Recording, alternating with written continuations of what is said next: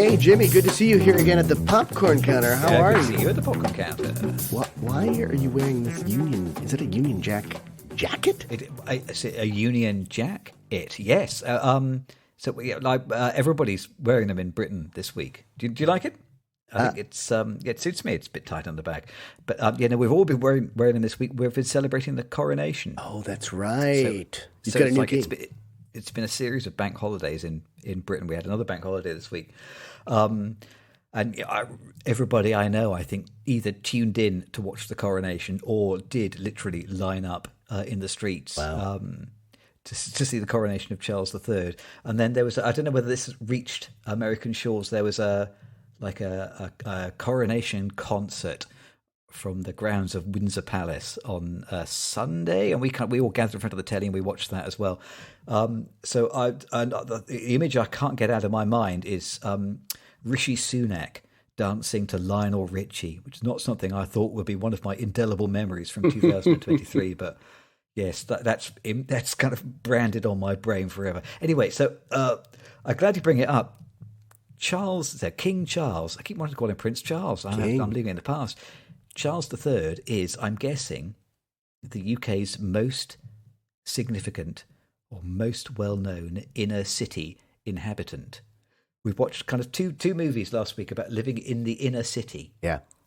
And like films, inner city films, they're always supposed to be like, an expression of, it's like a confluence of like poverty and desperation and drugs and homelessness and violence and rain and kind of, there's these kind of inner city elements that turn up in, movies about life in the inner city. Yeah.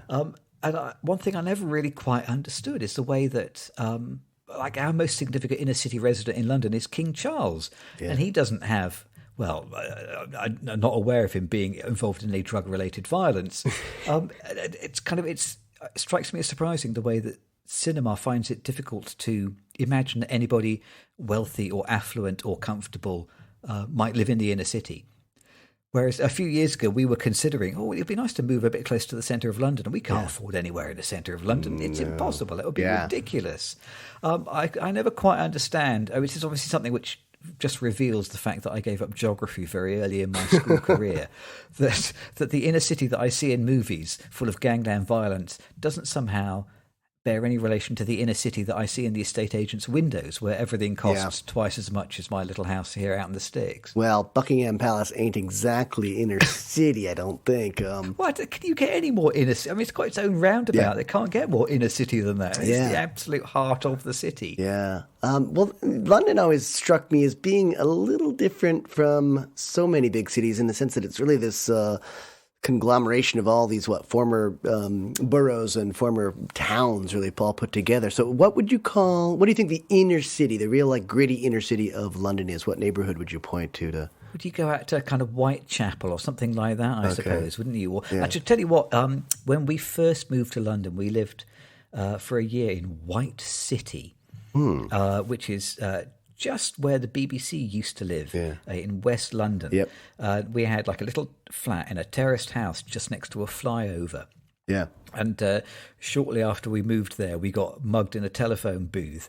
And White City was kind of well known as being the crack capital of London. Yeah. That was pretty inner city. Yeah. But for all the kind of rough and rugged inner cityness of it, it was still 500 metres away from where they would record Top of the Pops on BBC for Thursday evening. I mean, it was still it wasn't that tough and rough. Yeah. Well, I think a great thing about London for me was just that it feels like a bunch of different smaller cities together. So you could point to a number of different areas that have their own inner city feel. It's not really located in just one place. Some of the big American cities definitely have, like a downtown area where there's business, obviously, but in some cases there's housing and apartment buildings and stuff like that. So you get a sense of the density in just one area that makes you feel inner city. But London, I think, it's such a pleasant city with big parks and such different neighborhoods that it's the parks, isn't it? It's really massive, yeah. I did look up inner city movies to see whether there was kind of anything that would compare to La Classe, The Substitute, which we watched last week. And the top one, which always comes up, is Boyz N The Hood. Oh, yeah. So John Singleton's first movie, Ice Cube's first movie, I think. Wow. From 1991. Yeah, He was still like a real youngster back then. Oh, yeah. And the overriding image I remember from Boyz N The Hood is that it starts with the camera on a tripod, just looking at a stop sign. Yeah. And this just it hammers this stop sign right in your face, right at the beginning of the movie. Yeah. And I suppose if you know something about inner city violence and drug wars, then it makes a sense about stop the violence. But really, watching it in a comfortable London cinema, Boyz N The Hood, the very first impression you get is, this is a road safety movie. Is that right? Is that what it's supposed to be about? Be careful crossing the road, kids. That's the take home message. The international sign for stop. Yes.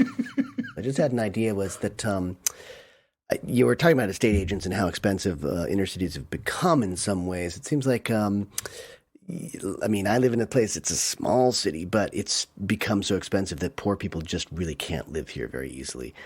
Which is ridiculous. And that it sort of goes back and forth. There was, in the United States, there was all this white flight probably in the 50s where people had abandoned the inner cities for space in the suburbs. And a lot of non-white people ended up staying there. Now, to a certain extent, we got people flooding back into the cities with more money. And then you're seeing displacement again of non-white people. So that's the kind of the American thing that's happening.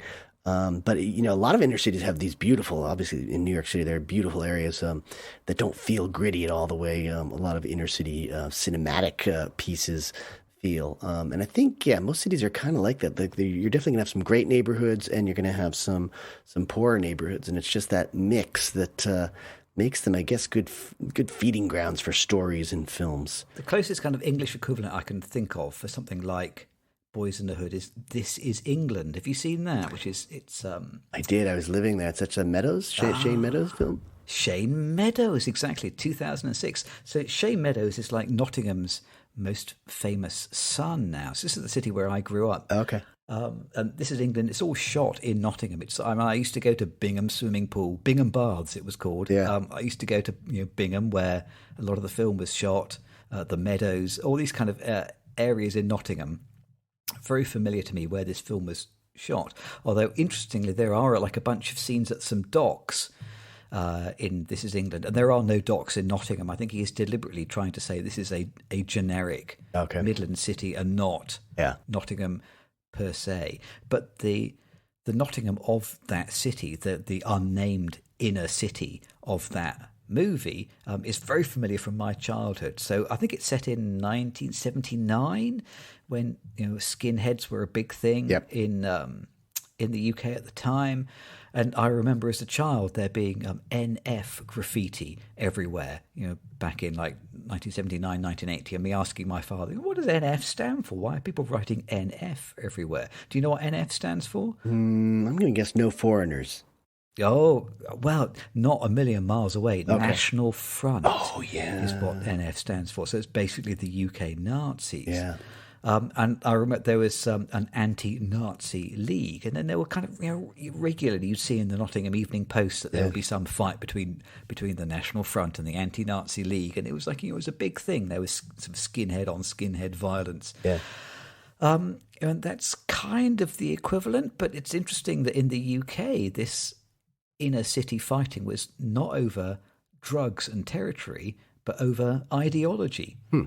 Which feels like, it's actually quite a sweet, refreshing thing for people to fight over. People are fighting over the politics of ideas and not selling crack to each other. Yeah. That's how we do things in the United Kingdom. It's I think when we think of urban films, you're very often focused on a lot of the negatives, I think. So the films that we saw, we're getting views into maybe less reputable schools and poorer schools or whatnot. And, so many gritty urban films are focused on crime or organized crime and a lot of the negative stuff about the city, which you can't, I think you just can't place those films as easily in the suburbs. It just doesn't happen, or it's not as believable somehow. So sadly, I think cities kind of take a bad hit in most films. But do you think those films about violence in the inner city are aimed at people who live in the inner city, or are they aimed at the people in the suburbs? I know this is something that people have been talking about lately, the way that some news outlets, are probably aiming to polarize society, make people more afraid of their neighbors.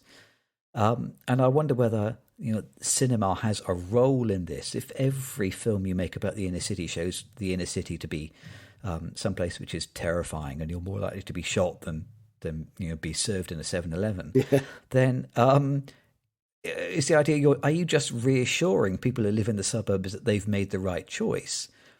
Or are you, encouraging them to try and, stay out of the inner cities? Are these films, deliberately and systematically dividing people? Yeah, I think that's happening right here in... I mean, is the notion is it kind of like a sort of a voyeuristic catharsis, basically, for cinema goers who don't live there, but want to kind of experience some of that frisson of this terrifying violence of the inner city? Because, I mean, I must say, if you watch something like Boyz N The Hood or Do the Right Thing, or, Do the Right Thing is a pretty mild version, but, I don't know, things like Menace to Society. There was a whole range of these kind of, inner city gangland violence movies in the 90s, which made most North American cities look like something out of Escape from New York. Yeah. And I wonder whether if it feels like...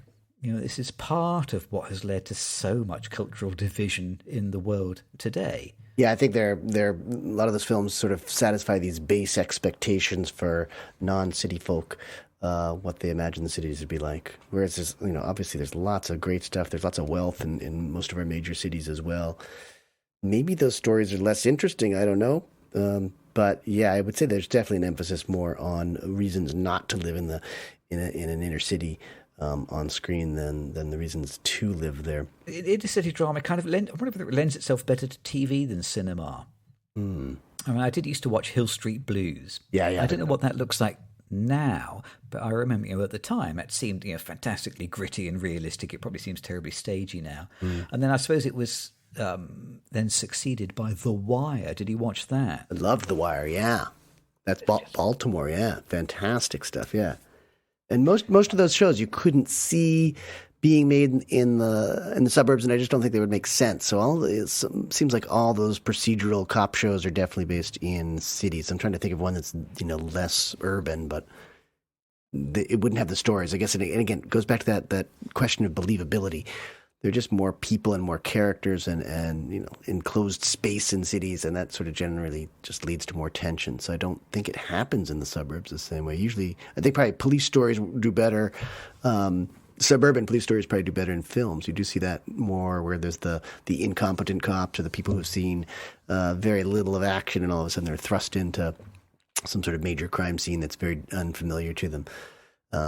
But I think, there's just more happening in the cities, and that's probably why most of those cop shows are based in urban centers. I wonder if that really is true. I bet there are probably at least as many murders that happen in suburbia as there are that happen in the inner city. I wonder.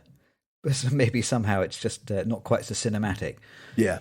Well, there's so much gun violence here in the States now, and that a majority of that seems to be the really horrific stuff. Seems to be generally outside of major cities. Either the serial rampages or the mass gun shootings. So probably statistically, it's actually safer to live in the inner city now than it is to live in leafy suburbia. Yeah, it might be. Well, the police officers are going to be closer to you, is my guess. There'll be someone more available. That's what they should put in the estate agent's window, isn't it? It's response time from 911. It's like how many square meters is the garden, and how quickly can you get an ambulance? Yeah, it's a selling feature. Some safety is a selling feature. Yeah. I don't know whether we can expect inner city movies to change now that inner city land use is changing. Because this is one of those effects from the pandemic, isn't it? A guy who lives 2 doors down from me is an urban planner. And I was having a chat with him months ago now. Where he was saying that now that so many people are working at home and that trend doesn't look like it's going away, there are so many office buildings in the centres of cities which are going to have to change use. And we will find that actually many more comfortable suburbanites will be tempted back to live in the city in double height loft spaces and in repurposed office buildings, and land use will change. And I wonder whether that comfortable suburban experience is now just going to move into the cities, and those inner city movies will now involve shootings in the suburbs where the house prices are lower. It's possible. So it won't be Boyz N The Hood anymore. It'll be Boyz N The Garden. Boyz N The Garden, yeah. That sounds like a nice film. That sounds like a lovely film, doesn't it? There'll probably be strawberries and tea. Boyz N The Garden. Yeah. We were talking about that just this weekend. My father-in-law's an architect, and we were talking about repurposing office buildings and how that would change cities. And, the truth is that cities are just way more environmental. We really belong in more, I think, high-density living arrangements. And the suburbs are just, they're wastes of gas and resources, and you don't get the same neighborly feel that you get in the cities. So I think in terms of the future, we should be living in really well-designed cities that, where your groceries are nearby, your transportation can be walking, or a number of other different things like trains and cabs and bicycles and everything. So I think that to a certain extent, that is the future, yeah. Humans do less damage if we all get squished into a really small surface area, absolutely, basically. Absolutely. Just shovel us into one area. There's... this is the last word in inner city living then. My children are a little bit obsessed at the moment with The Line. Have you heard about this? No. Which is this utterly crazy Saudi Arabian urban planning project where they want to build a city which is something like, it's like 80 kilometers long and half a kilometer wide. Wow. So it's like this enormous line-shaped city that just cuts through the desert in Saudi Arabia. Yeah. So my children have been finding endless videos on YouTube about the line and what the line is going to be. How will they build the line? Construction on the line has started. It's so exciting. And, I don't know very much about urban planning, but even I can tell this is probably going to be a disaster, isn't it? I don't know. I mean, there's so much interesting construction happening in the Middle East, and they've done some amazing things, and you've seen in the buildings and the islands that are set up to look like a palm leaf and all that. I think it could make sense because you could have one transportation line that hits a lot. You could have energy produced right there on site for you're not carrying lines way out into the country in all sorts of directions. So I think it could make sense. They might be onto something. I mean, that seems extreme. I think the problem is doing something massive. That's where you fail. I think if you try it as an experiment on a smaller scale and see if it works, then absolutely. Could you imagine just a train that goes back and forth and you could get anywhere easily within a few minutes? I suppose so. I do not claim to be an urban planner or an architect, but even I can tell that if you're going to build something as a line, it's surely got to be simpler to cut that line into smaller pieces and turn it into a square. Isn't that right? Isn't that just... instead of being one line that's 80 kilometres wide, it could just be a square that's 2 kilometres wide, and then you'd need to buy far fewer cables to connect everything together? Is that right? Is that how it works? You said you'd given up on geography. Maybe you should give up on geometry too. Maybe that's where I've been going wrong. Which is ironic because I'm wearing such a geometric jacket as well. It's a great jacket. You're not going to be able to wear it into the cinema though. It's kind of hot in there, so I think you're going to have to take it that loud, out. Isn't it? Maybe if I cover it with popcorn, do you think they'll let me in? Oh my God, absolutely. They'll be picking up your scraps off the floor. Every morsel of popcorn you drop, they'll be happy. Do they sell red, white, and blue popcorn?